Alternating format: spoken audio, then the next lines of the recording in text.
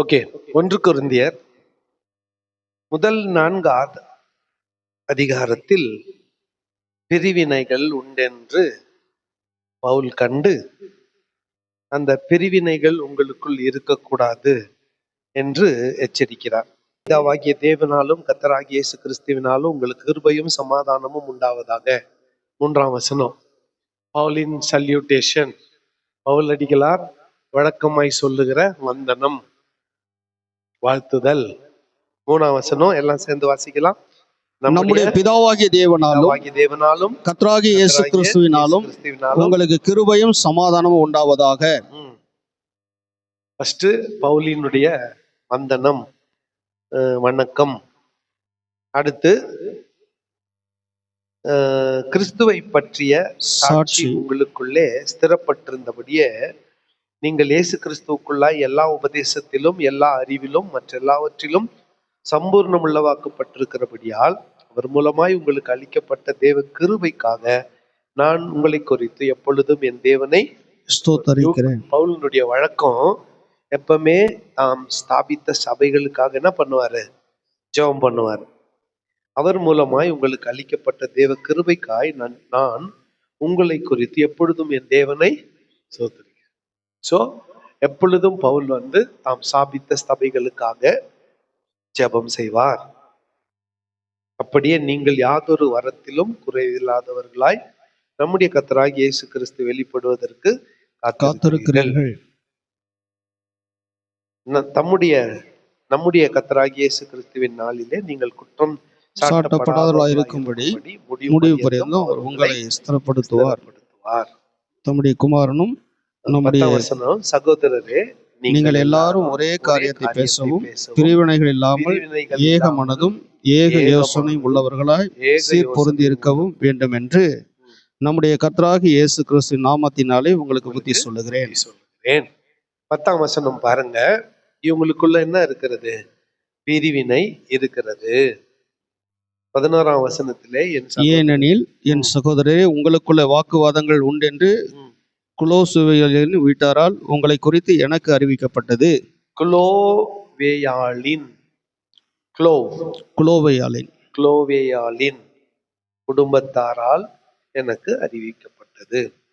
12ஆம் வசனம், உங்களில் சிலர் நான் பவுலை சார்ந்தவன் என்றும் நான் அப்போலோவை சேர்ந்தவன் என்றும் நான் கேபாவை சேர்ந்தவன் என்றும் நான் கிறிஸ்துவை சேர்ந்தவன் என்றும் சொல்லுகிறபடியால் நான் இப்படி சொல்லுகிறேன். கிறிஸ்து பிரிந்திருக்கிறாரா?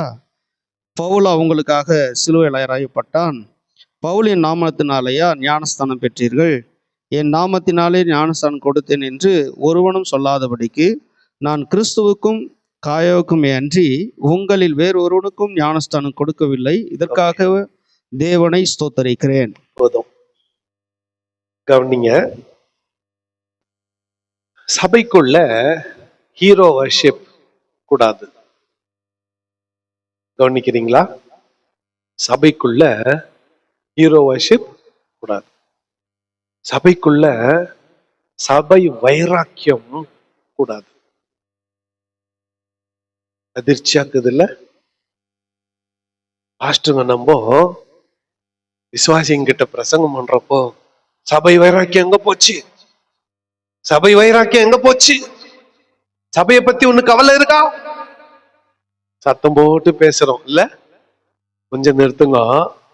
சபை வைராக்கியம் நல்லது இல்லை. அடுத்து பாஸ்டர் வைராக்கியம். சிலர் பெருமை பேசுவாங்க, நான் ஆவிக்குரிய சபைக்கு போறேன். என்னது? அவங்க எந்த சபைக்கு போறாங்களாம்? எங்க? ஆவிக்குரிய சபைக்கு போறோம். இட்லி சுடுறது கூட அந்த ஆவி உதவாது. நீங்க சொல்ற அந்த ஆவிக்குரிய சபை இட்லி வேக வைக்க உதவாது.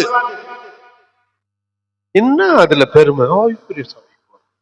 அவங்க பாஸ்டர் தெரியுமா? என்ன அவங்க பாஸ்டர் டிவில எங்க பாஸ்டர் பத்தி என்ன? அவங்க பாஸ்டர் பத்தி உனக்கு தெரியாதெல்லாம் எனக்கு தெரியும். ஏன்னா நானும் ஒரு பாஸ்டர்.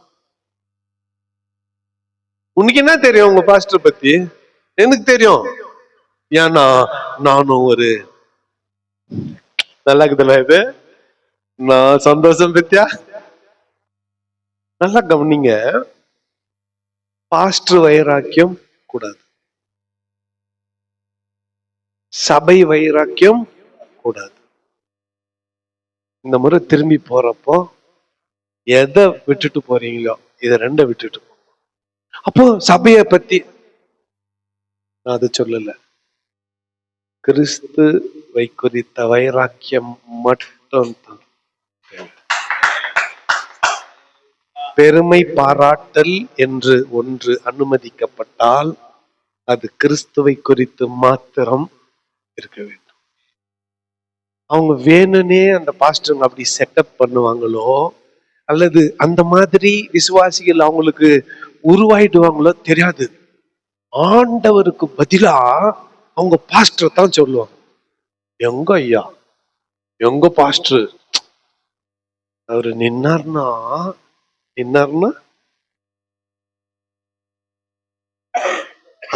அவரு பேசினார்னா அப்படியே ஃபயர் தான். எப்படி இன்னைக்கு பிரசங்கம் எப்படி இருந்துச்சு? ஃபயர் இருந்துச்சு. சட்டை எரிஞ்சிச்சா? பாஸ்டருக்கு ஃபயரா இருந்துச்சு, சட்டை எரிஞ்சிச்சா?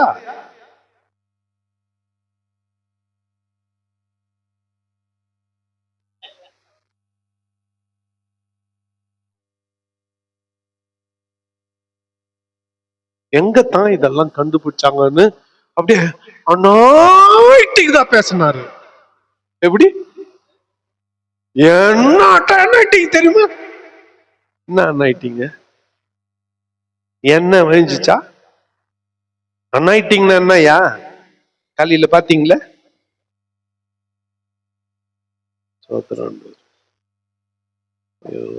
அனாயிட்டிங்னா என்னன்னு காலையில காமிச்சேன்ல, ஒரு தம்பிய நிக்க வச்சு எண்ணெயில அனாயிட்டிங்கா இருந்துச்ச. ஒரு குடம் எண்ணெய் ஊத்திக்குமா? பாஸ்டர் தலைமையில இருந்து ஊத்தி இருக்குமா? என்ன சொல்ல வர்றாங்கன்னு அவங்களுக்கே தெரியல. What are they trying to say தெரியல. நான் ஆவிக்குரிய சபைக்கு போறேன்னா இவர் போற சபை என்ன ஸ்கேல் வச்சுக்கிற? இது ஆவிக்குரிய சபை, இது ஆவி இல்லாத சபை. என்ன ஸ்கேல் வச்சுக்கிற? உன் ஆவிக்குரிய சபையில புட்டு வேகுமா, இட்லி வேகுமா? என்ன ஸ்கேல் உண்டு? இன்னும் சிலர் சத்தியத்தை பேசுற சபை. மற்ற சபையெல்லாம் என்னத்தை பேசுறாங்க? மற்ற சபை என்ன பேசுறாங்க? இவங்க எல்லாம் யாருன்னா ஹீரோ வர்ஷிப் பீப்புள். யாரு? எனக்கு விஜய் பிடிக்கும், எனக்கு தலை பிடிக்கும். உங்களுக்கும் அவனுங்களுக்கு என்ன வித்தியாசம்? வயசாயிட்ட பேரு கட்சி தொடங்கிடுவான். ஒண்ணு சம்பாதிக்க தொடங்குவான், இல்லைன்னா சம்பாதிச்சதை காப்பாத்துறதுக்கு தொடங்குவான். நீ உன் வேலையை போய் பாரு. எலெக்ஷன் வரப்போ போய் அன்னைக்கு போய் ஓட்டு போட்டு வந்துடலாம். மற்ற டைம்ல உன் பழப்ப பாரு. இத்தான் நான் வாலிபர்களுக்கு சொல்ற ஆலோசனை. நமக்கு என்ன வேணாம்? Hero worship. இந்த சபைக்குள்ள இது வந்துச்சு, சபை பிரிஞ்சிச்சு. 100 பேர் இருக்கிற இந்த சபையில நான் பவுலை சேர்ந்தவன் 25 பேர் சொல்றான். நானு கேபாவை சேர்ந்தவன் இன்னொரு 25 பேர் சொல்றான். ஏன்னா பேதுரு ஃபயர் பிரீச்சர். பேதுரு யாரு? Revival preacher. பேதுரு யாரு? Revival preacher. அப்படின்னு அப்படியே ஃபயர்னு எல்லாம் வந்துருவாங்க. பேதுரு அப்படி பண்ணல.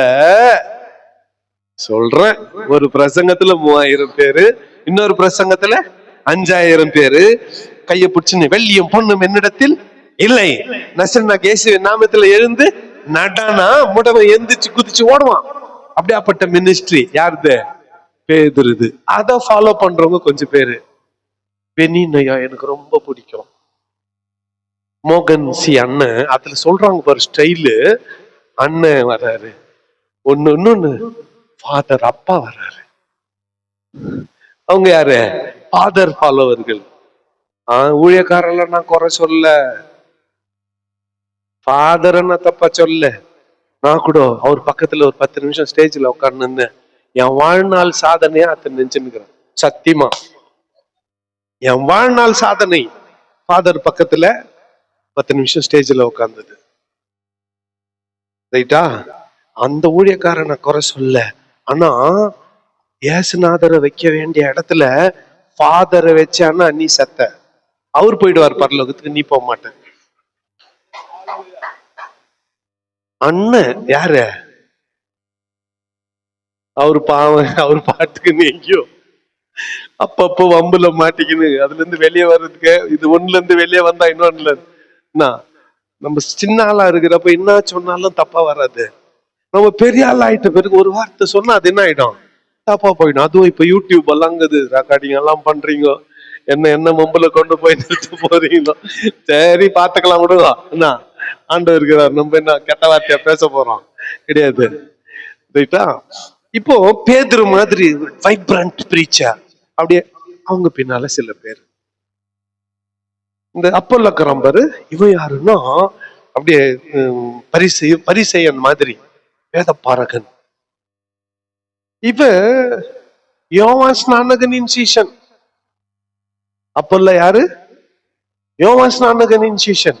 யோவான் ஸ்நானகன் மாதிரி பிரசங்கியார், விரியன் பாம்பின் குட்டிகளே, தேவ கோபாக்கியனுக்கு தப்பித்துக் கொள்ளும்படியான இந்த வழியை உங்களுக்கு அறிவித்தவன் யார்? ஞான ஸ்நானம் எடுக்க வந்தா அவங்கள பார்த்து திட்டினவன் ஒரே பாஸ்டர் யாருன்னா யோவான் ஸ்நானகன் மட்டும் தான். நம்மெல்லாம் அப்படி இல்லை. எப்படின்னா ஒரு 10 பேரை ரெடி பண்ணிட்டா ஞானஸ்நான ஆராதனைக்கு என்ன சந்தோஷம் தெரியுமா? நாளைக்கு ஞானஸ்நான ஆராதனை, இன்னைக்கு ராத்திரி தூக்கமே வராது. ராத்திரி 10 மணிக்கு ஒரு போன் வரும், ஐயா ஒயிட் அண்ட் ஒயிட் எடுத்துக்கின பிறகு எடுத்துக்கலான்னு எங்க அப்பா சொல்லிட்டாரு அப்படின்ட்டு 2 பேர் கட் ஆயிட்டாங்க. காலையில 6 மணிக்கு இன்னொருத்த போன் பண்ணுவான், ஐயா திடீர்னு சிக்காயிட்டாங்கோ, அதனால ஹாஸ்பிட்டலுக்கு போயிட்டோம். இன்னும் 2 போச்சா, ஒருத்தன் போனை சுவிட்ச் ஆஃப் பண்ணிடுவான். 10ல் 5 போச்சு, 5 வரும். 5ல் ஒருத்தன் ஜட்டி எத்தனை வரலன்ட்டு திரும்பி போயிடுவான். என் ஊழியத்துல உண்மையா நடந்தது சொல்றேன். ரைட்டா? இப்படி போயிட்டு கடைசியா இந்த 4 பேரை ஞானசானம் குத்துட்ட உடனே அந்த ஜபம் பண்ணிட்டு தண்ணில இருந்து ஏறப்ப மனசுக்குள்ள ஒரு சந்தோஷம் வரும் பாரு, கர்வம் கலந்த சந்தோஷம். அது வேற ஃபீலிங் அது. ஆமாய்யா, அது வேற ஃபீலிங். அது 10 ஸ்டேட்ஸ் 10 ஆரம்பிச்சு 4 குத்துட்டாவே பெரிய சக்சஸ்ஃபுல் மினிஸ்ட்ரி. ஒரு கிராமமே காலி பண்ணின்னு வருஷம் நிக்கிறாங்க. யாருக்கிட்ட? யோவான் கிட்ட. கிராமமே பாக்குறான். ஒருத்தன் முக்காடு போட்டுனுக்குறான். முக்காட கொஞ்சம் வேலைக்கு பார்த்தா இது பரிசேயன். இந்த முக்காட வேலைக்கு பார்த்தா இது யார்? இது பரிசேயன். இந்த பரிசேயன் முக்காடு போட்டு வந்து நின்றுக்கிறான். ஆனா இந்த பரிசேயன் ஞானஸ்நானம் எடுக்கிறது யாருக்கும் தெரியக்கூடாது. ஆனா உள்ளுக்குள்ள பயம் யார் மேல? சொல்லிட்டானே, மனம் திரும்புங்கள், தேவனுடைய ராஜ்யம் சமீபமாய் இருக்கிறது. அவன் மேல எலியாவின் ஆவியை உடையவன். அவனை கண்டா எல்லாருக்கும் பயம். கையை கொட்டின்னு போய் பேச, உதைப்பானுக்கு வெளுப்பான் ஜாதி வண்ணான் பைபிள் சொல்லுது. ஏசுநாதர் கிட்ட வந்து ஆர்கியூமெண்ட் பண்ணானுங்களா? ஏசுநாதரை வாரினால் அடிச்சானுங்களா? ஏசுநாதரை சிலுவையில் அரைஞ்சானுங்களா? யோவான் ஸ்நானகன் முன்னால நின்னானுங்களா? சொல்லுங்க, யோவான் ஸ்நானகன் முன்னால வந்தானுங்களா இந்த பரிசேயர்கள்? வரல. ஏன்னா அவனை கண்டா பயம். விரியன் பாம்பின் குட்டிகளே, தேவ கோபாக்கினைக்கு தப்பித்துக் கொள்ளும்படியான இந்த வழியை உங்களுக்கு அறிவித்தவன் யார் அப்படின்னு திட்டினா கூட கம்முன்னு நின்னுக்கிறானுங்க. என்னத்த போத்துக்குன்னு முக்காட போட்டு போ அப்படின்ட்டு ஞானஸ்நானம் கொடுத்தான். அவனுடைய சீஷன் யாரு? அப்போல்லோ. அவன மாதிரி பிரீச்சர். அவன் நல்லா கண்டித்து உணர்த்துக பிரசங்கியார். சிலருக்கு பவுல் ஊழியம் பிடிச்சிச்சு, சிலருக்கு அப்போல்லோ ஊழியம் பிடிச்சிச்சு, சிலருக்கு எதிர் ஊழியம் பிடிச்சிச்சு. இன்னொரு கூட்டம் ஒண்ணுக்கு இது, இவங்க எல்லாம் இல்ல, நான் நேரடியா யாரு? இப்படி பிரிவினை வந்துச்சு. பவுல் சொல்றாரு, உங்களுக்குள்ள இப்படி இருக்கக்கூடாது. ஒருவேளை நான் வதிச்சேன், அப்பெல்லாம் நீர் பாய்ச்சுனா விலை செய்கிறவர். நாங்கெல்லாம் உடன் வேலையாட்கள், கோ ஒர்க்கர்ஸ் இன் கிறிஸ்ட். கிறிஸ்துவுக்குள் நாங்க உடன் வேலையாட்கள், அவ்வளவுதான். எங்களை என்ன பண்ணாதீங்க, மேன்மை பாராட்டது. அடுத்து இந்த ஞான ஸ்நானம் கொடுக்கறத பத்தி சில வார்த்தைகளை பவுல் சொல்லியிருக்காரு. இது தேவைப்படும்ன்றதுனால ஒரு நிமிஷம் நான் அங்க ஸ்பெண்ட் பண்ண விரும்புகிறேன்.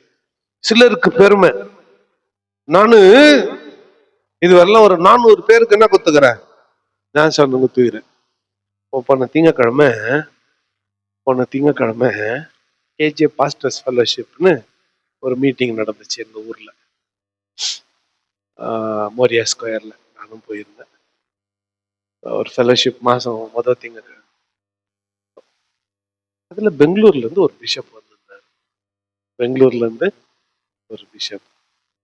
அவர் வந்த உடனே அவர் சொன்னார், இதுவரையிலும் நாங்கள் 5000 பேருக்கு ஆர்டினேஷன் கொடுத்திருக்கிறோம். அதான் அப்படியே அங்க உட்காந்துக்கிறவங்க சிலரு ஜோரா கை தட்டினாங்க. யாருன்னு பார்த்தா அவங்க எல்லாம் அவர்கிட்ட ஆர்டினேஷன் வாங்கணும் இருங்க. ஒரு கோட் போட்டுன்னு வந்துட்டு இருந்தாரு. பின்னால 4 பேரு, முன்னால 2 பேரு. தனியா அவர் வரமாட்டாரு. 3 கார் வந்து நின்றுச்சு. சென்ட்ரல் கார்ல இருந்து இறங்கினாரு. பின்னால 4 பேர். சொன்னாரு, அமெரிக்காவில் நான் போன முறை 460 பேருக்கு ஆர்டினேஷன் கொடுத்தேன். வரிசையா சொல்லினாரு. சரி, ஆர்டினேஷன்னா என்ன? யாரு யாருக்கு கொடுக்க முடியும் சொல்றேன். யார் யார்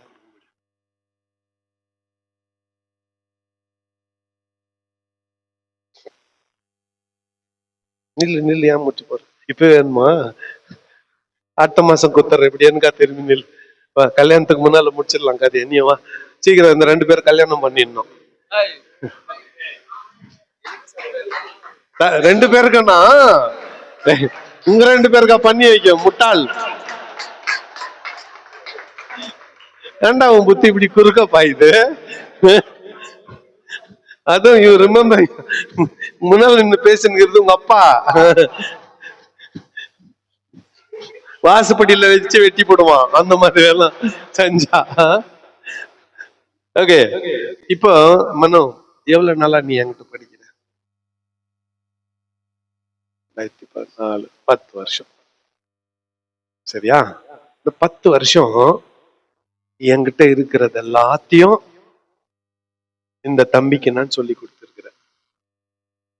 ஃபர்ஸ்ட் ஒரு டிப்ளமா, அப்புறம் ஒரு பிடிஹெச், அப்புறம் ஒரு எம்டு. இது படிப்பு, கல்வி. ஒரு நாள் என்கிட்ட வந்தா, அப்படி ஐயா, ஆண்டவர் என்ன முழு நேர ஊழியத்துக்கு அழைக்கிறாரு. ஏற்கனவே எங்க அப்பா அம்மா அங்க வீட்டுல ஜெபம் நடத்தின்னுக்கிறாங்க. ஒரு 30-40 பேர் வர்றாங்க. இப்ப நான் ஊழியத்துக்கு வரணுன்ற அழைப்பு எனக்கு கிடைச்சிருக்கு. ஏன்னா கால் ஆஃப் காட்னு ஒரு சப்ஜெக்ட் இருக்குது. அந்த பாடத்தை படிக்கிறவன் கதையெல்லாம் இதுதான். சத்தியமா நான் வேணும்னு தான் விட்டு வச்சுட்டு இருக்கிறவங்கள. அந்த பாடத்தை படிக்கிறவங்க இவர் படிக்கிறதோட விட்டுக்கணும். இவர் என்ன பண்ணிட்டாரு, அது உங்களுக்கு டீச் பண்ணாரு. வள்ளிய வந்து மாட்டிக்கிச்சு இந்த ஆடு. வந்துடுச்சு அந்த எண்ணம். எந்த எண்ணம்? முழு நேர ஊழியத்துக்கு வரணும்ன்ற எண்ணம் வந்துடுச்சு. வந்துட்டு பிறகு என்கிட்ட வந்து சொன்னார், ஐயா, ஆனா இன்னொரு சர்ச்சுக்கு போறாரு. நான் என்ன சொன்னேன்ப்பா, நான் உனக்கு பயிற்சி கொடுத்தது ஒரு பக்கம் இருக்கட்டும், ஃபர்ஸ்ட் உங்க பாஸ்டர் கிட்ட போ. யார்கிட்ட போ? பாஸ்டர் கிட்ட. அவர்கிட்ட போய் உன் மனசுல இருக்கிறதெல்லாம் அவருக்கு சொல்லு. அவர் என்ன சொல்றாருன்றத வந்து என்கிட்ட சொல்லு, அப்புறம் நான் செய்யறேன்னு. புரியுதா? இவரு போய் போன வாரம் அவங்க பாஸ்டர் கிட்ட பேசிட்டார். அவரும் பிளஸ் பண்ணி அனுப்பிட்டார். ஆனா இந்த 10 வருஷமா நான் தான் பைபிள் டீச் பண்ணுகிறேன். டிப்ளமா குத்தேன், பிடிஹெச் குத்தேன், எம்டு குத்தேன். இப்ப ஊழியத்துக்கு ரெடி ஆகுன பிறகு ஒரு நாளைக்கு தலைமையில கை வச்சு பிதா குமாரன் பரிசுத்தாவின் நாமத்தினாலே இந்த கனமான ஊழியத்துக்கு உன்னை பிரித்து எடுக்கிறேன்னு சொல்ல போறேன். அப்படி சொல்றேன் பாரு. அதுக்கு பேர் தான் என்ன? ஆர்டினேஷன். 5000 பேருக்கு இவர் எப்படி சொல்லிப்பாரு?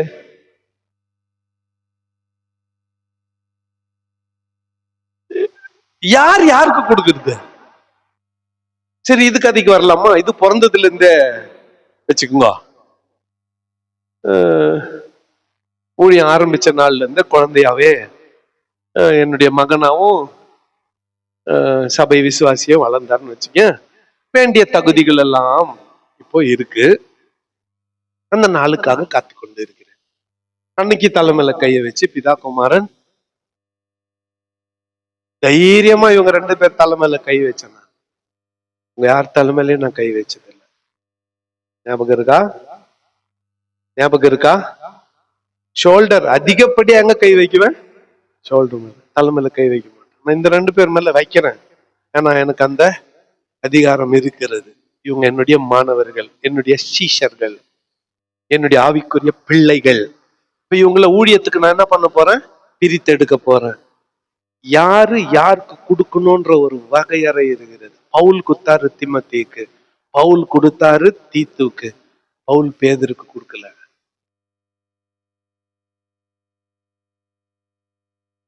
புரியுதா? பவுல் பேதுருக்கு கொடுக்கல, அல்லது பேதுரு பவுலுக்கு கொடுக்கல. பவுல் தீமோத்தேயுக்கு கொடுத்தாரு, பவுல் தீத்துக்கு கொடுத்தாரு. ஒரு லிஸ்ட் குத்து, இவங்களுக்கு மட்டும் தான் நான் ஞானஸ்நானம் குத்துக்கிறேன், வேற யாருக்கும் கூட நான் பெருசா ஞானஸ்நானம் கூட கொடுத்தது இல்லைன்னு சொல்றாரு. நல்லா கவனிங்க. இப்ப இந்த ஆர்டினேஷன் அப்படிங்கிறது ஊழியத்திற்காக பிரித்தெடுக்கிறது. யார் பிரித்தெடுக்கணும்? ஒரு அப்போஸ்தலன் உதவிக்காரனுக்கு வேண்டிய பயிற்சி கொடுத்து அடைய வேண்டிய தகுதிகளை இவன் அடைந்திருக்கிறான் என்று கண்டுபிடித்த பிறகு சபையார் முன்னிலையிலே பிதா குமாரன் பரிசுத்தாவி என்னும் தூய திரியேக நாமத்தினாலே இன்று முதல் நான் உன்னை ஊழியத்துக்கு பிரித்தெடுக்கிறேன் அப்படின்னு சொல்லி என்ன பண்ணணும்? அப்படி கொடுக்கறது தான் என்ன சொல்லுங்க. உங்களுக்கும் கொடுத்தேன். ரெட் டை கட்டன் போட்டு உட்காந்தீங்களே, உங்களுக்கும் கொடுத்தேன். எவ்வளவு நாள்? 2 வருஷம் ட்ரைனிங் முடிச்ச பிறகு. ஞாபகம்தான். சிலர் நான் கூட வந்தேன்ட்டு வந்து வாங்கிக்கினீங்க, அது ஏன் தப்பு இல்ல. சத்தியமா ஏன் தப்பு இல்லமானா, அது என்னை ஏமாத்தி வாங்கிக்கிட்டீங்க, அது கோஆர்டினேட்டர் தப்பு, ஏன் தப்பு இல்ல அது, ரைட்டா? ஆனா நானு யாருக்கு 1 வருஷம் 2 வருஷம் உட்கார வச்சு பாடத்தை சொல்லி கொடுத்து, ஃபர்ஸ்ட் அவங்களுக்கு டிகிரி கொடுத்து, அதுக்கப்புறம் அவங்க ஊழியத்திலே அவர்கள் முழு நேர ஊழியத்துக்கு வந்திருந்தா அல்லது வர விரும்புனா அப்படிப்பட்டவங்களை தலைமையில கைய வச்சு ஜாம் பண்ணி எத்தனை வருஷம் கழிச்சு இவர் ஒரே நாள் மீட்டிங்ல 500 பேருக்கு, அதுக்கு பேர் என்ன?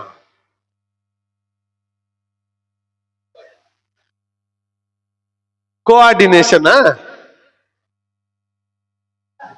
சரி, இதுல ஒரு பெருமை எதுல? நான் நான் கேக்குறேன், உனக்கு யார் அதிகாரம் கொடுத்தது? இன்னொரு ஊராம் பிள்ளைக்கு நீ யார் பேர் வைக்கிறதுக்கு?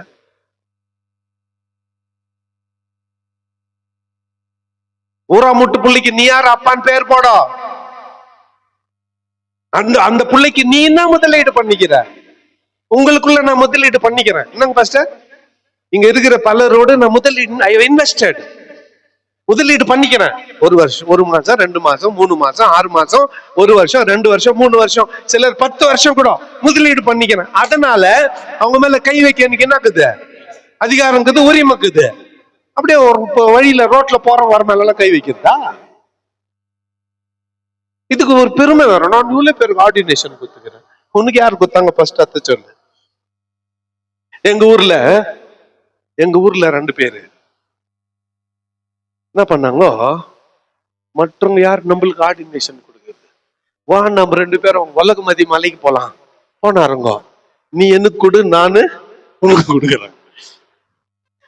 மலை மேல இருந்து இறங்கி வரப்போ நாங்க பாஸ்டர், நாங்க யாருப்பா உங்களை பண்ணுன்னா, நீங்க எங்களை பண்றதுக்கு நாங்களே பண்ணிக்கணும்.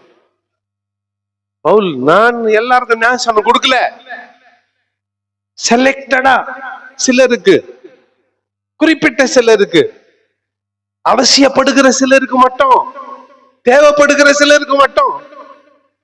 அதுல ஒரு பெருமை வேணாம். நல்லா ஞாபகம் வச்சு, அதுல ஒரு பெருமை வேணாம். எங்க பிஷப் ஐயா ஏன்ச்சுங்கிறாரு, இங்கிலாந்துல யாரோ PhD கொடுக்குறானோ, அதுல அவருக்கு ஒரு பெருமை. அவனுக்கு என்ன தெரியும்? கொடுக்குறவனுக்கு என்ன தெரியும்? வாங்குறவனுக்கு என்ன தெரியும்? கைத குதிரை எல்லாம் ஒண்ணா? சொல்லுங்க. கழுத குதிரை எல்லாம் ஒண்ணா? கழுதையே வேற, குதிரையே வேற. அதுக்கு உட்காந்து என்ன பண்ண? படி.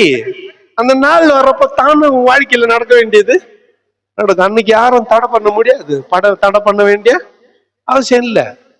வழக்கமா கீழே தொடங்கி மேல போனோம். எங்க பிஷப்புக்கு தான் மேல தொடங்கி கீழே வந்து நிக்குது. சம்பந்தி ஃபர்ஸ்ட் பிஷப் கொடுத்துட்டாரு, அப்புறம் நான் பிடிஹெச் கொடுத்தேன், அப்புறம் எம்டு, இப்படி போயின்னுக்குது. இப்படி போட்டோம். அதுதான் ப்ரொசீஜர். படிப்படியா இப்படி ஏறணும், அங்கிருந்து குதிக்கிறது இல்ல. சரிதானா? அந்த பிஹெச்டி எல்லாம் உதவாது. நானே இன்னும் பிஹெச்டி இல்ல. இவர் ஐயா டாக்டர்னு போட்டுக்கிறாரு, ஃபர்ஸ்ட் ஏத்துருன்னு சொல்லிட்டேன், விருதர்னு போடணும். இப்படிதான் ஒரு மீட்டிங்ல ஒருத்தர் டாக்டர் திருத்துவதாசன்ட்டாரு, நம்மளுக்கு துஷ்மன் கஹா ஹைனா, துஷ்மன் பகல் மே ஹை, துஷ்மன் பகல் மே ஹை. டாக்டர்னு ஒருத்தர் தெரியாத சொல்லிட்டாரு. நம்மளுக்குள்ள உள்ளுக்குள்ள அடடா நம்மள டாக்டர்ன்ட்டாங்க. இது அவர் டாக்டர் எல்லாம் இல்ல, இத இவரு எங்க அப்பா டாக்டர் எல்லாம் இல்ல, இன்னும் முடிக்கல. இவங்க கிட்ட எப்படி பழகிறது ஐயா?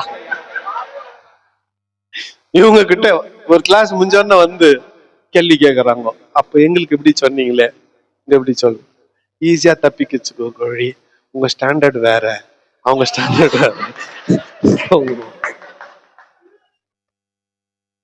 ஏன் இந்த பிரிவினை? ஏன் இந்த பிரிவினை? பவுல் யார பிரசங்கிறார்?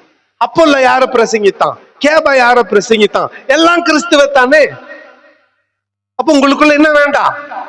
பிரிவினை வேண்டாம். கிறிஸ்துவுக்குள் ஒரே சகோதர சகோதரிகளாய் நாம் இருக்க வேண்டும். ஞானஸ்நானம் கொடுக்கறதுல பெருமை வேண்டாம். சிலருக்கு அதுல ஒரு பெருமை. நான் யார் தெரியுமா, நான் இவ்வளவு பேருக்கு ஞானஸ்நானம் குத்துக்கிறேன், நீ பரலோகத்துக்கு போவியா?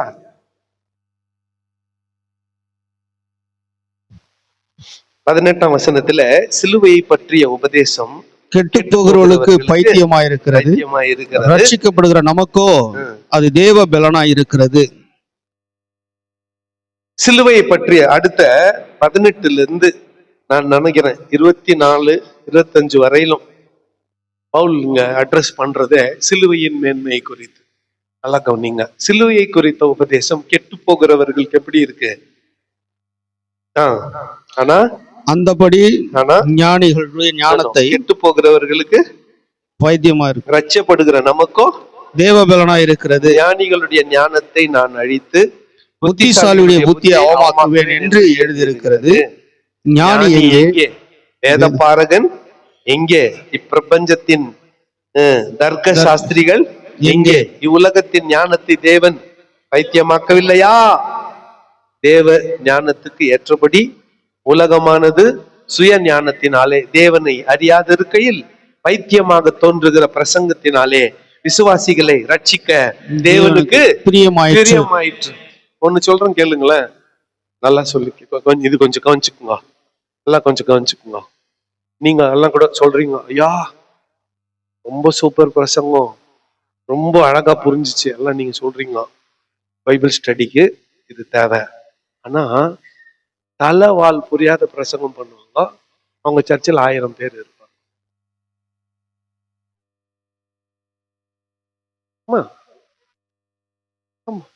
இப்போ இலக்கணமா பேசுறவங்க சர்ச்சில் 200 பேர் தான் இருக்கிறாங்க. ஒண்ணுமே தெரியல பைபிள் பத்தி, தலைவால் ஒண்ணும் புரியல, 1000 பேர் இருக்கிறாங்க.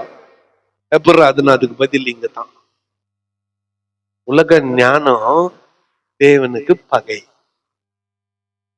ஞானிகளை அவமாக்க தேவன் பைத்தியங்களை தெரிந்து.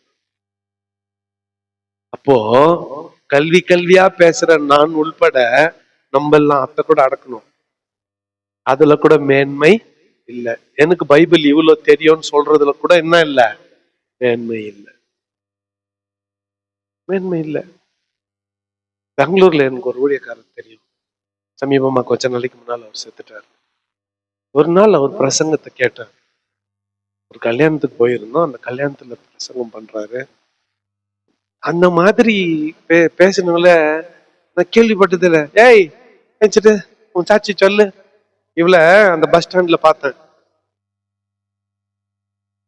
ஆஸ்ட்ரியா ஒரு அம்மாவ பேரை சொல்லி நில்லுடி, இவள அந்த பஸ் ஸ்டாண்ட்ல பார்த்தேன். அப்படியே நின்னு பார்த்துன்னு இருந்தா. இப்படி பிரசங்கம் பண்ணுகிறாரு. கொச்சையா ஒரு மாதிரி. ஒரு நாள் பைபிள் நான் பஸ்ல போயின்னு இருந்தேன், ஒருத்தன் பாக்கெட்ல கை விட்டு பர்ஸ் அடிக்கிறான். ஒரு கையில பைபிள் இருக்குது, ஒரு கையில பஸ்ஸ புடிச்சுன்னுக்குறேன். இந்த கை பஸ்ஸ விட்டு அவன் கைய புடிச்சுக்கினேன், வாங்கணும் பைபிள்ல போடுறோம் பாருன்னு அந்த வார்த்தையை சொல்றாரு.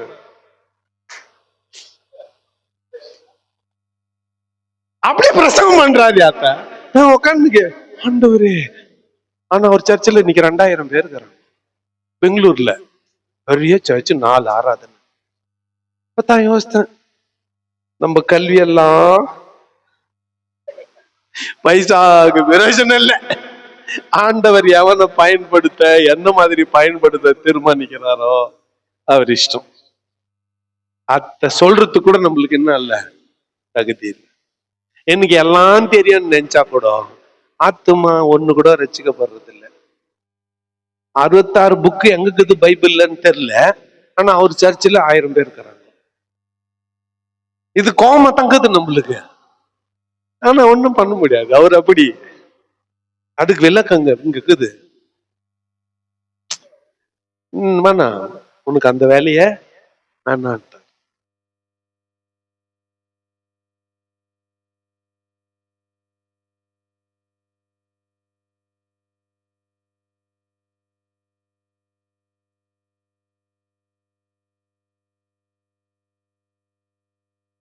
22ஆம் வசனத்தை வாசிக்கலாம். யூதர்கள் அடையாளத்தை கேட்கிறார்கள், கிரேக்கரின் ஞானத்தை தேடுகிறார்கள். நாங்களோ சிலுவையில் அறையப்பட்ட கிறிஸ்துவை பிரசங்கிக்கிறோம். அவர் யூதருக்கு இடலாயும் கிரேக்கருக்கு பைத்தியமாயும் இருக்கிறார். கொஞ்சம் இருங்க. யூதர்கள் என்னத்தை தேடுறாங்க? அடையாளத்தை. கிரேக்கர்கள் ஞானத்தை.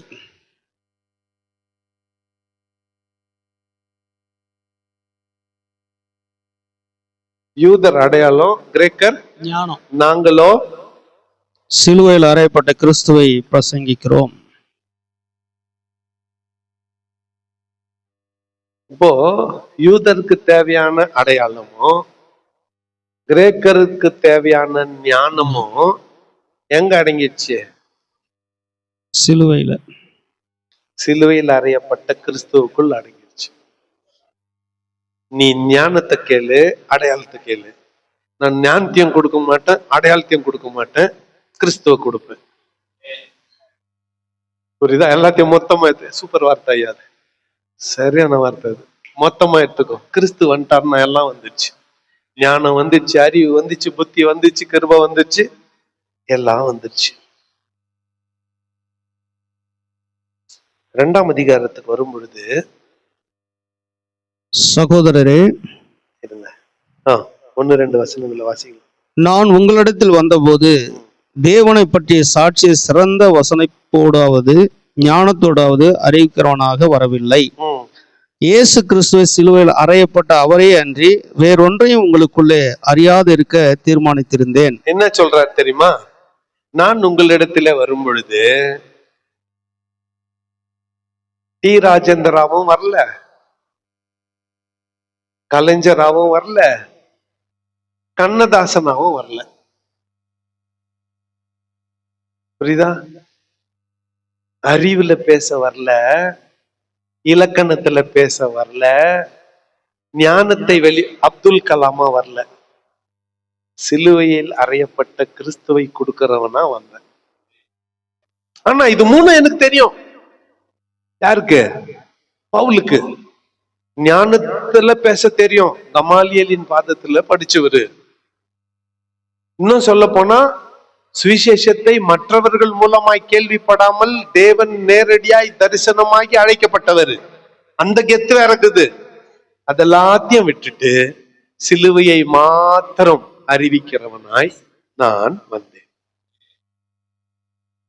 நம்ம எப்படி ஜனங்க கிட்ட போறோம்? எதை வச்சுன்னு போறோம்? நம்முடைய திறமைகளை, நம்ம தாளந்துகளை, நம்ம அறிவை, இலக்கணமா பேசுறத, அடுக்கு மொழியில பேசுறத வச்சுன்னு போறோம். அதெல்லாம் அங்க ஈடுபடுறது இல்ல. சிலுவை மாத்திரம்தான் ஒருவனை ரட்சிப்புக்குள்ள வழி நடத்தும். சிலுவையை குறித்த உபதேசம் மட்டும்தான் ரட்சிக்க வல்லமை பெற்றதா இருக்கு. அதனால்தான் நான் எல்லாத்தையும் விட்டுட்டு சிலுவையை அறையப்பட்ட இயேசுவை உங்களிடத்திலே கொண்டு வந்தேன். என் பேச்சும் என் பிரசங்கமும் மனுஷ ஞானத்துக்குரிய நயவசனம் உள்ளதாயிராமல் ஆவியினாலும் பலத்தினாலும் உறுதிப்படுத்தப்பட்டதாய் இருந்தது.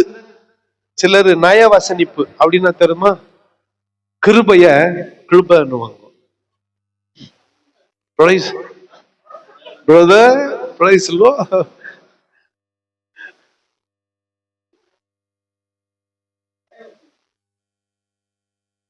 அது வேணாம், வேணாம் சிஸ்டர் வேணாம். அத்த என்ன பண்ணாதீங்க, இந்த பேர் தெரியும் இந்த சிஸ்டர் என்ன வேணாம் நம்பாதீங்க. நம்மளுக்கு நம்மள அப்படியே எதிர்த்து நீங்க பண்றது சரியில்லைன்னு பேசுறாங்க பாரு, அவங்கள பிடிக்கிறது இல்லை நம்மளுக்கு தானே.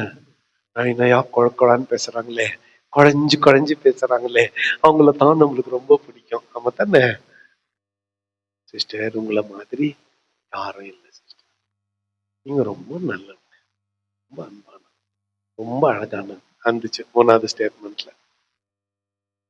அப்படியெல்லாம் ஒண்ணும் இல்லை இருக்கு ஸ்டார்டிங்ல. அதுக்கு அப்படியே தொடர விட்டீங்கன்னா நரகம் தான், நரகம் தான். சோதராண்டவரே, நயவசனிப்புக்காரருக்கு என்ன வரவேற்பு தெரியுமா? இந்த உலகத்துல என்ன வரவேற்பு தெரியுமா? ஆனா பவுல் சொல்றாரு, அது இல்லை,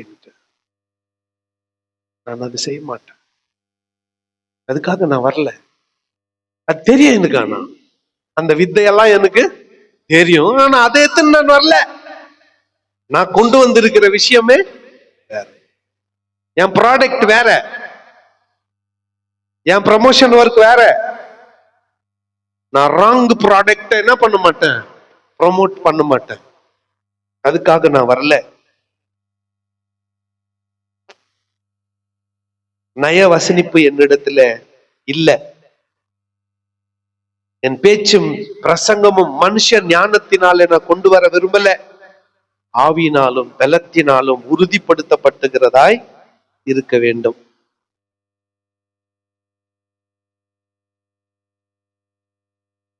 பதினஞ்சாம் வசனத்தை வாசிக்கலாம். 2:15. ஆவிக்குரியவன் எல்லாவற்றையும் ஆராய்ந்து நிதானிக்கிறான், ஆனாலும் அவன் மற்றவனாலும் ஆராய்ந்து நிதானிக்கப்படான். எல்லாம் சேர்ந்து படிச்சிடலாம். கர்த்தருக்கு போதிக்கத்தக்கதாக அவருடைய சிந்தையை அறிந்தவன் யார்? எங்களுக்கோ கிறிஸ்துவின் சிந்தை உண்டாயிருக்கிறது.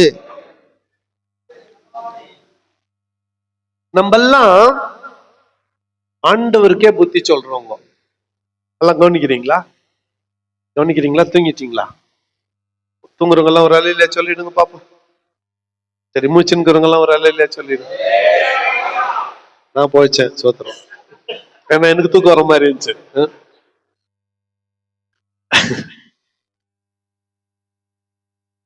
ஒரு அற்புதமான ஒரு வசனம் இது. என்ன சொல்றதுன்னா, ஆவிக்குரியவன் எல்லாவற்றையும் ஆராய்ந்து நிதானிக்கிறான், ஆவிக்குரியவனை நிதானிக்கிறவன் ஒருவனும் இல்லை. சத்யராஜையா கொஞ்சம் வாங்க. இவரு சத்யராஜையா, இவரு ஆவிக்குரியவரா மாம்சத்துக்குரியவரா அப்படின்னு ஈஸியா கண்டுபிடிச்சிடலாம். நல்லா கொஞ்சம் பாருங்க. என்ன இவர் ஆவிக்குரியவரானால் இவருடைய சிந்தை ஆவியால் நிறைந்திருக்கும். ஃபர்ஸ்ட் என்ன, இவருடைய சிந்தை ஆவியால், ஆவிக்குரியவைகளே சிந்திப்பார். கரெக்டா? அப்பிரயோஜனமான அல்லது உலக பிரகாரமான பொருளாசை ஃபர்ஸ்ட் அடையாளம் இவருக்குள்ள இருக்காது. பணம் சம்பாதிக்கணும்ன்றதுக்காக ஊழியம் பண்ண மாட்டார். ஆவிக்குரியனுடைய குணாதிசயங்கள், ஆவிக்குரிய சிந்தை இவருக்குள் இருக்கும். அடுத்து இவருக்குள் ஆவிக்குரிய சிந்தை இருந்தா இங்க முன்னால நின்று ஞானராஜ் யாரு,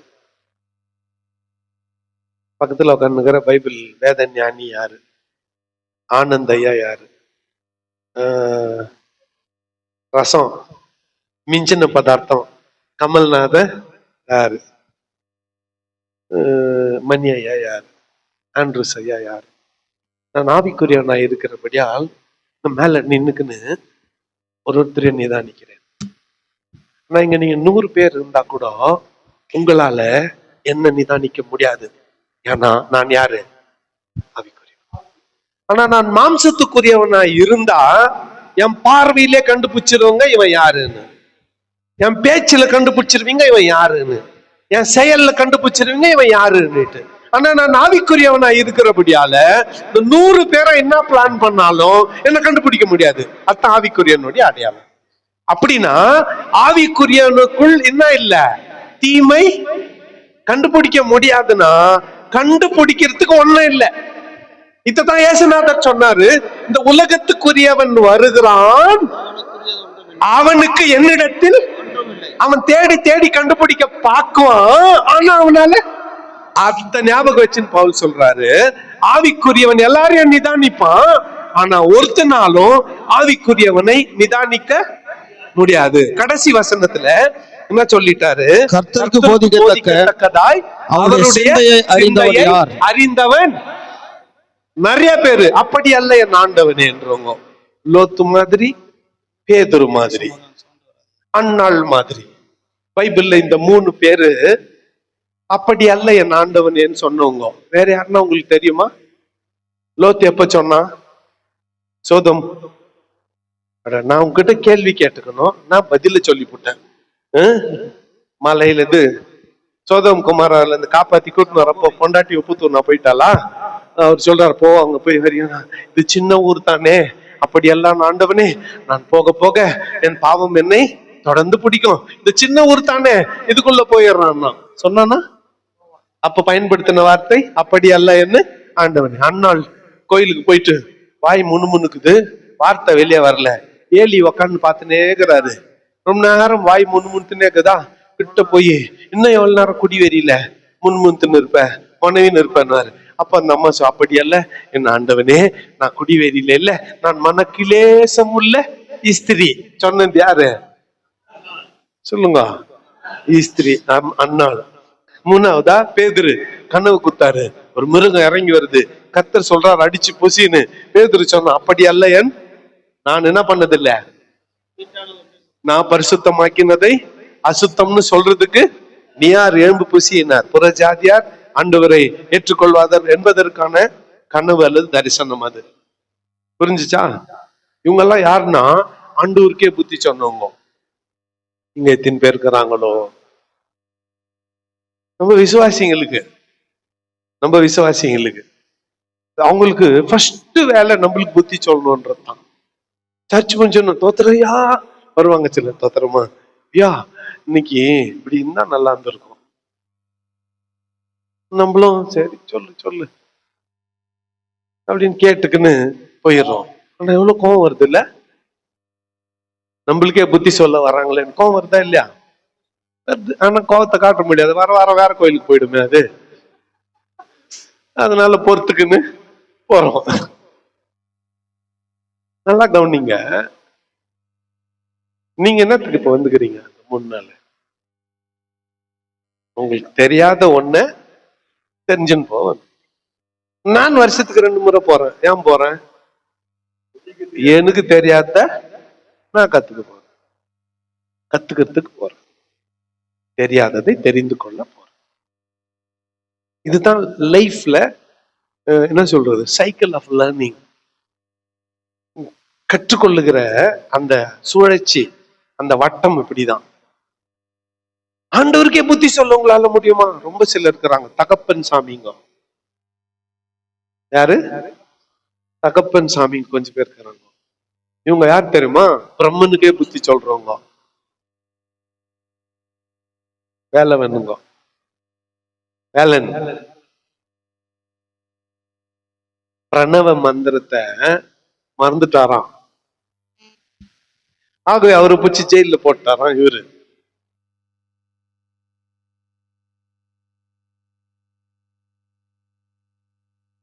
தாப்பன் சாமிங்க. அதனால அவருக்கு தகப்பன் சாமின்னு பேரு. அப்பாவே பிடிச்சி ஜெயில போட்டுரு. நிறைய பேர் அப்படித்தான். நம்மளுக்கு நிறைய தெரியும்ன்ற நினைப்பு. கர்த்தருக்கு போதிக்கத்தக்க அவருடைய சிந்தையை அறிந்தவன். ஆனா பவுல் சொல்றாரு, எங்களுக்கோ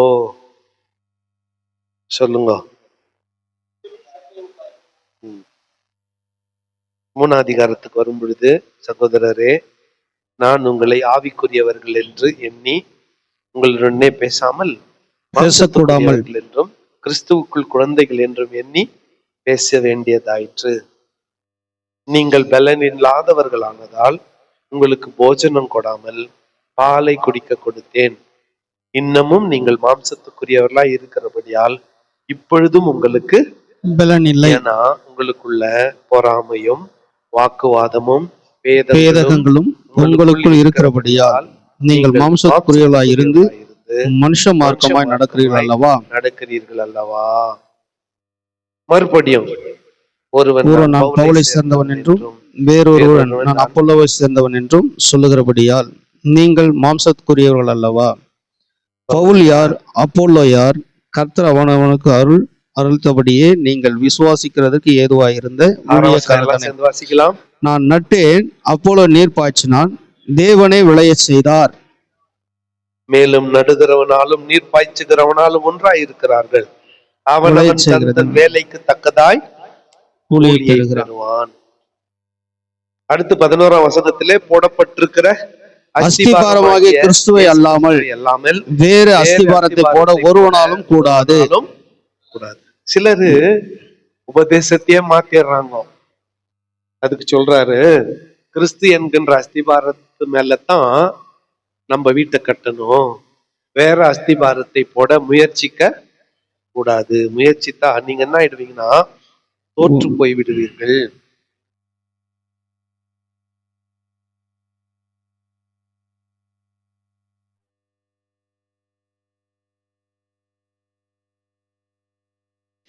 பதினாறு 17 நீங்கள் தேவனுடைய ஆலயமாய் இருக்கிறீர்கள் என்றும் தேவனுடைய ஆவி உங்களில் வாசமாய் இருக்கிறார் என்றும் அறியாது இருக்கிறீர்களா? ஒருவன் தேவனுடைய ஆலயத்தை கெடுத்தால் அவனை தேவன் கெடுப்பார். தேவனுடைய ஆலயம் பரிசுத்தமாய் இருக்கிறது, நீங்களே அந்த ஆலயம். ஓகே, ஒருவன் தேவனுடைய ஆலயத்தை கெடுத்தால் அவனை தேவன் கெடுப்பார். தேவனுடைய ஆலயம் பரிசுத்தமாய் இருக்கிறது, நீங்களே அந்த ஆலயம். நம்முடைய சரீரங்களை பரிசுத்தமாய் பாவிக்க வேண்டியது நம் மீது விழுந்த கடமை. கர்த்தருக்கென்று பரிசுத்தமாய் பிரித்தெடுக்கப்பட்ட வாழ்க்கை வாழ வேண்டியது நம் மீது விழுந்த கடமை. இன்னும் பவுல் ஒரு படி தாண்டி, நீங்கள் தேவனுடைய ஆலயத்தை கெடுத்தால் தேவன் உங்களை கெடுப்பார்னு சொல்றார், எச்சரிக்கிறார். ஏன்னா அடுத்த அதிகாரத்துல இவங்க எப்படி தங்களை கெடுத்து கொண்டு இருக்கிறார்கள் என்பதை சொல்ல போறாரு அடுத்த அதிகாரத்துல. அதுக்கு முன்னால 4ஆம் அதிகாரத்துக்கு நாம் வரும் பொழுது, இப்படியாக எந்த மனுஷனும் எங்களை கிறிஸ்துவின் ஊழியக்காரன் என்றும் தேவனுடைய ரகசியங்களின் உக்ரானக்காரன் என்றும் எண்ணிக்கொள்ள கடவன். மேலும் உக்ரானக்காரன் உண்மை உள்ளவன் என்று காணப்படுவது அவசியமாம். கவனிங்க, உக்ரானக்காரன் உண்மை உள்ளவன் என்று காணப்பட வேண்டியது உக்ரானக்காரனுக்கு அவசியமா? சொல்லுங்க. அவசியமாம். எப்படி அவசியமா? உக்ரானக்காரனுக்கு எப்படி சொல்லுங்க? உண்மை உள்ளவன் என்று காணப்படுவது அவசியமாம். கொஞ்சம் கவனிங்களேன், இதை நான் டைம் எடுத்து எக்ஸ்பிளைன் பண்ணோம், கொஞ்சம் நல்லா கவனிச்சுக்கோங்க. இப்போ ஆண்டவர் என்கிட்ட இவ்வளவு பணத்தை கொடுத்தாரு. எவ்வளவு இது? எவ்வளவு கொடுத்தாரு? கொடுத்துட்டு இந்த பில்டிங் கட்ட சொன்னார். சரியா? ஃபர்ஸ்ட் மணல்,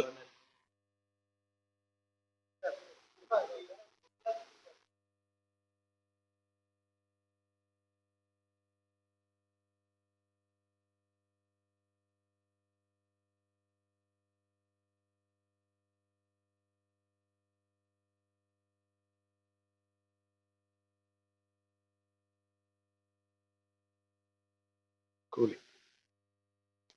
நல்லா கவனிங்க, நல்லா என்ன கொஞ்சம் பாருங்க. உக்ரானுக்கு ஊழியம் என்பது என்ன?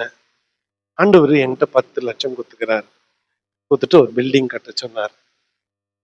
இந்த பில்டிங் கட்டுறதுக்கு நான் பொருட்கள் எல்லாம் தேவை. முக்கியமான இந்த 5 காம்போனன்ட்ஸ்: மணல், கற்கள், சிமெண்ட், கம்பி. இந்த கம்பியில இல்ல சிமெண்ட்ல பெயிண்ட், எலக்ட்ரிக்கல் எல்லாத்தையும் சேர்த்துக்குங்க. அந்த லிஸ்ட் போட்டுன்னு போனா பெருசா போகுது, ரைட்டா? இப்போ மணலோட காஸ்ட் 1 லட்சம், கற்கள் ஒரு 2 லட்சம், சிமெண்ட் ஒரு 2,50,000 ரூபாய்.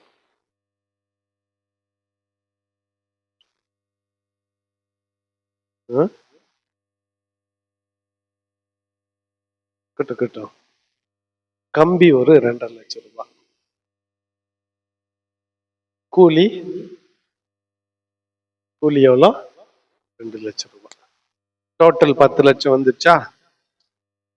சரி, மணல்காரங்கிட்ட போறேன், எனக்கு மணல் வேணும்,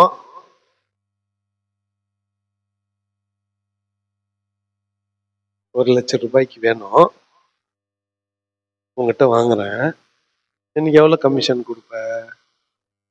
யார்கிட்ட? அவன் சார் பில்லு போட்டா 10, பில்லு போடலன்னா 15ன்றான். சரி, மணல்காரங்கிட்ட ஒரு 15 ஏத்திட்டேன். கல்காரங்கிட்ட போனேன், அவங்கிட்ட ஒரு 20 ஏத்திட்டேன். சிமெண்ட்காரங்கிட்ட போனேன், அவங்கிட்ட ஒரு 20. வாங்கினது 50 மூட்டை, 70 மூட்டை வாங்கினா பில் போட்டுன்னு வந்துட்டேன். கம்பிக்காரங்கிட்ட ஒரு 30,000 வாங்கினது 2 லட்சத்துக்கு, 2,30,000 பில் போட்டேன். மேஸ்திரி கிட்ட போனேன், 1.5 லட்சத்துக்கிட்ட கட்டி குத்தணும் நீ எனக்கு, ஆனா தனியா எவ்வளோ? 50, 30, 80, 1, 1, 20, 1, 35. இந்த 10 லட்சத்துல 1,35,000 யாருக்கு?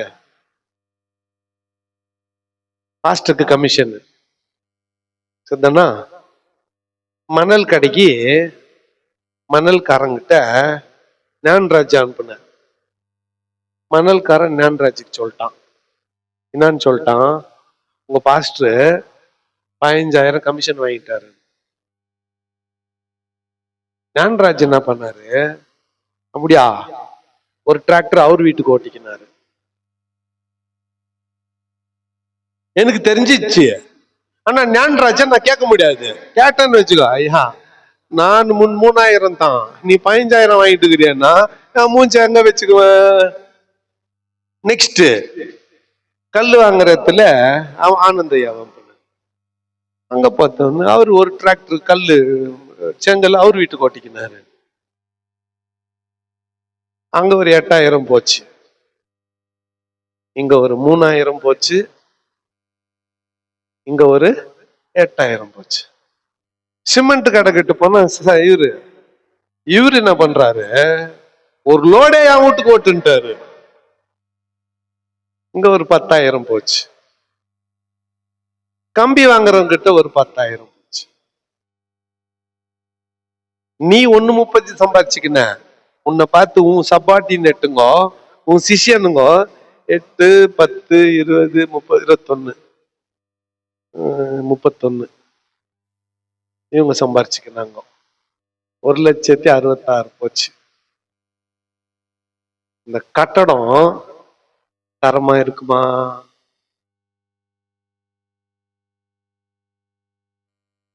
எது உக்ரான ஊழியம்னா, ஒருத்தர் நம்ம கிட்ட 10 லட்சம் குத்தா 20 லட்சம் வேலை பண்ணணும். எப்படி சொல்லுங்க? வெளியில யாருக்கும் சொல்லாதீங்க. ஒரு நிமிஷம் கட் பண்ணுங்க ஐயா, நம்மளுக்கு ஆபத்தான விஷயம் இது. ஃப்ராடு பண்ணியானா இதுதான் லாஸ்ட் ப்ராஜெக்ட்.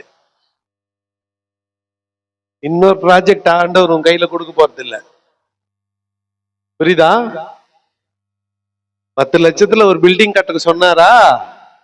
10 லட்சத்துல 12 லட்சத்துல கட்டினியா? 2 லட்சம் உன் காசா? மேல இருந்து பாக்குறாரு. இது அப்படியே 50 லட்சம் ப்ராஜெக்ட் உங்ககிட்ட கொடுக்குறாரு. நெக்ஸ்ட் நீ 10 லட்சம் ப்ராஜெக்ட்ல 1.5 லட்சம் கமிஷன் அடிச்சானா அதான் லாஸ்ட் ப்ராஜெக்ட். அந்த குச்ச வீட்லயே உக்காந்துக்கணும். நீ கோமகுதா கோமகுதா உக்ரான ஊழியம்னா என்ன? கத்தர் கொடுத்திருக்கிற இந்த கொஞ்சத்துல நிறைய வேலை செய்யுது. இன்புட் குறைவு, அவுட்புட் அதிகம். அதான் எஃபிஷியன்சி. உக்ரான ஊழியம். ஆண்டவர் நம்மளை உக்ரானக்காரனாய் அழைத்திருக்கிறார். நம்ம கிட்ட இருக்கிற பணம், நம்ம கிட்ட இருக்கிற நேரம், நம்ம கிட்ட இருக்கிற டேலண்ட் எல்லாம் யாருது? கர்த்தருடைய. இப்போ என்கிட்ட கொஞ்சம் காசுக்குது. சோத்திரம். யாரோ கொடுத்தாங்க பரிசுத்தவான்கள். 1000 ரூபாய்க்குது. இப்போ 1000 ரூபாய் அந்த பாக்கெட்ல இருக்குது. இது ஒரு 500 ரூபாவை எடுத்து யாருக்கும் தெரியாம இந்த பர்ஸ்ல ஒளிச்சு வச்சா, உள்ளாரையில ஒளிச்சு வச்சா என்ன பிரயோஜனம்? என் பர்ஸ்ல நான் திருடுனா என்ன லாபம்? விளங்குதா இல்லையா? உன் பர்ஸ் இது, உன் பர்ஸ், உன் பணம். அதுல ஏன் 1.35 கமிஷன்? மொத்தமே உனக்கு தானே குத்தாரு. 10 லட்சமும் உனக்கு தானே குத்தாரு. உண்மையா கட்டு. இன்னும் சொல்ல போனா ஆண்டவர் குத்தது இவ்வளோ, இன்னும் தான் நான் சம்பாரிச்சது இவ்வளோ, இன்னும் நல்லா கட்டலாம் பாக்குறாரு. நெக்ஸ்ட் ப்ராஜெக்ட் கொடுக்குறாரு. இதுல கமிஷன் அடிச்சு பண்ணியானா இதுதான் லாஸ்ட் ப்ராஜெக்ட். இதுதான் கடைசி. இன்னொரு முறை உங்ககிட்ட அவ்வளவு பெரிய அமௌண்ட் அவரு கொடுக்க போறது இல்லை. உக்ரான ஊழியம்னா என்ன புரிஞ்சிச்சா? பவுல்கிட்ட ஒரு சப்ஜெக்டே முடிச்சிட்டோம். மனோ ஸ்டீவர்ட்ஷிப் சப்ஜெக்டே முடிச்சிட்டோம். அவ்வளவுதான் உக்ரான ஊழியம். பவுல் சொல்றாரு உக்ரானக்காரனை பிடிக்கணும். இப்போ மனோ கிட்ட ரெஜிஸ்ட்ரேஷனு, காணிக்க, டிராவல் இதெல்லாம் ஹேண்டில் பண்றாரு. ஒரு முறை மனோ கிட்ட நானு, மனோ இந்தா 10,000 ரூபாய் வச்சுக்கோ, நான் 20,000 குத்ததா எழுதிக்கோன்னு சொல்லிட்டேன்னு வச்சுக்கோங்களேன். யாருக்கிட்ட? மனோ கிட்ட. ஒரு முறை. நெக்ஸ்ட் டைம் என்ன பண்ணுவான் மனோ? 8,000 டிராவல் குத்துட்டு 9,000 குத்தன்னு கணக்கு எழுதுவான். என் புள்ள எப்படி இருப்பான்? என்ன மட்டும்தானே இருப்பான். அவன் அந்த பொய் கணக்கை எழுத தூண்டுனது யாரு? முதலாளி. நான் உண்மை உள்ளவனாய் காணப்பட வேண்டியது அவசியம். எனக்காக அல்ல, என்னை பின்பற்றுகிறவர்களுக்காக. நான் தப்பு பண்ணா என்னை பின்பற்றுங்களும் அதே தப்பு பண்ண போறாங்க. அவங்க மாட்டிக்கினா அவங்கள நான் என்ன பண்ண முடியாது? கேள்வி கேட்க முடியாது. கேள்வி கேட்க முடியாது. கர்த்தர் பணத்தை கொடுக்கிறார். கவர்மெண்ட் கணக்கு வைக்கணும். அதுல மாறுபட்ட கருத்து கிடையாது. ஆனா ஞாபகம் வச்சுக்கோங்க, ஊழியக்காரங்க நம்ம கிட்ட இருக்கிறதெல்லாம் கர்த்தருடைய பணம். அது எந்த பாக்கெட்ல இருந்தாலும் சரி, எந்த அக்கௌண்ட்ல இருந்தாலும் சரி, எந்த பர்ஸ்ல இருந்தாலும் சரி, அது யாருடைய பணம்? கர்த்தருடைய. மேல இருந்து கர்த்தர் பார்த்துங்கிறார். அதுல ஃப்ராடு பண்ணா அதுதான் லாஸ்ட் ப்ராஜெக்ட். அதுக்கப்புறம் அதை விட பெரிய ப்ராஜெக்ட் ஆண்டவர் உனக்கு சொல்லுங்க கொடுக்க போறது இல்ல. அதுல உண்மையா இருந்தியானா, எனக்கு வேணான்னு நீ உக்காந்து இருந்தா கூட இன்னொரு ப்ராஜெக்ட் ஆண்டவர் கொடுக்க போற. இதுதான் உண்மை. இதுதான் உண்மை. பண விஷயத்துல நான் ஏமாத்த நினைக்கிறதே இல்லை. காரணம் என்னன்னா, என் தேவைகளை அவர் சந்திக்கிறார். என் தேவைகளை எனக்கு என்ன வேணும்னு அவருக்கு தெரியும். அவர்கிட்ட நான் திருட வேண்டிய அவசியம் இல்லை. அவர்கிட்ட நான் திருட வேண்டிய அவசியம் இல்லை. ஆகவே நான் ஃப்ராடு பண்ண வேண்டிய. ஆனா உங்களுக்குள்ள ஒரு கேள்வி ஓடுது, உனக்கு என்னப்பா வருது நிறையோ, அதனால நான் கொடுக்கறத நிறுத்திடுவேன். நம்ம தானே கீழே குஞ்சுக்கோ, கீழே குஞ்சுக்கோ. வருது நிறைய சொன்ன தானே நெக்ஸ்ட் சென்டென்ஸுக்கு பதில் சொல்லு. உனக்கு நிறைய வருது, நான் நிறுத்திடுவேன், நீ நிறுத்து. நாளுக்கு நிறுத்திடுது இல்ல. ஏண்டா மாட்டிக்கணும் இப்படி அழியணும். சரி கவனிங்க, பணம் ஊழியத்துக்கு தேவை. நீ தான் அதிபதி, உன் ஊழியத்துக்கு நீ தான் ஓனர். நம்முடைய தேவைகளை ஆண்டவர் சந்திக்கிறார் என்ற நிச்சயம் இருக்கும்போது ஏன் திருடணும்? யார் திருடுவாங்க? யார் ஆண்டவர் என்னை வழி நடத்த மாட்டார்னு ஆண்டவர் பேர்ல யாருக்கு விசுவாசம் இல்லையோ அவங்க தான் திருடுவாங்க. என்று தேவை எவ்வளவு இருந்தாலும் ஆண்டவர் கொடுக்குவாருன்னு நம்புறவங்க கையாடல் பண்ண மாட்டாங்க. அதைத்தான் பவுல் சொல்றாரு, உக்ரானக்காரன் உண்மை உள்ளவன் என்று காணப்படுவது அவனுக்கு அவசியமா. இங்கெல்லாம் பாஸ்டருங்கோ ஊழியத்துல பொறுப்பா இருக்கிறவங்களுக்கெல்லாம் இன்னொரு பேரு, நீ உக்ரானக்காரன். அப்போ உனக்கு உண்மைது விழுந்த முதல் கடமை, நீ எப்படி இருக்கணும்? உண்மை உள்ளவனா இருக்கு. அநித்தியமான பொருளாசை நம்மளுக்கு இருக்கக்கூடாது. நம்முடைய தேவைகளை சந்திக்கிற ஆண்டவர் நமக்கு இருக்கிறார். அவர் தேவைகளை சந்திப்பார். அவர் பட்டினினால நம்மளை வருத்த மாட்டார். ஆகார் நிர்வாணத்தினால் நம்மளை வருத்த மாட்டார். குறைவுகளினாலே நம்மளை நடத்த மாட்டார். வழிந்தோடுகிற ஆசீர்வாதத்தினால் அவர் நம்மை நடத்துவார். ஆகவே நாம எப்படி இருக்கணும்? உண்மையுள்ள உக்ரானக்காரனாய் இருக்க வேண்டும்.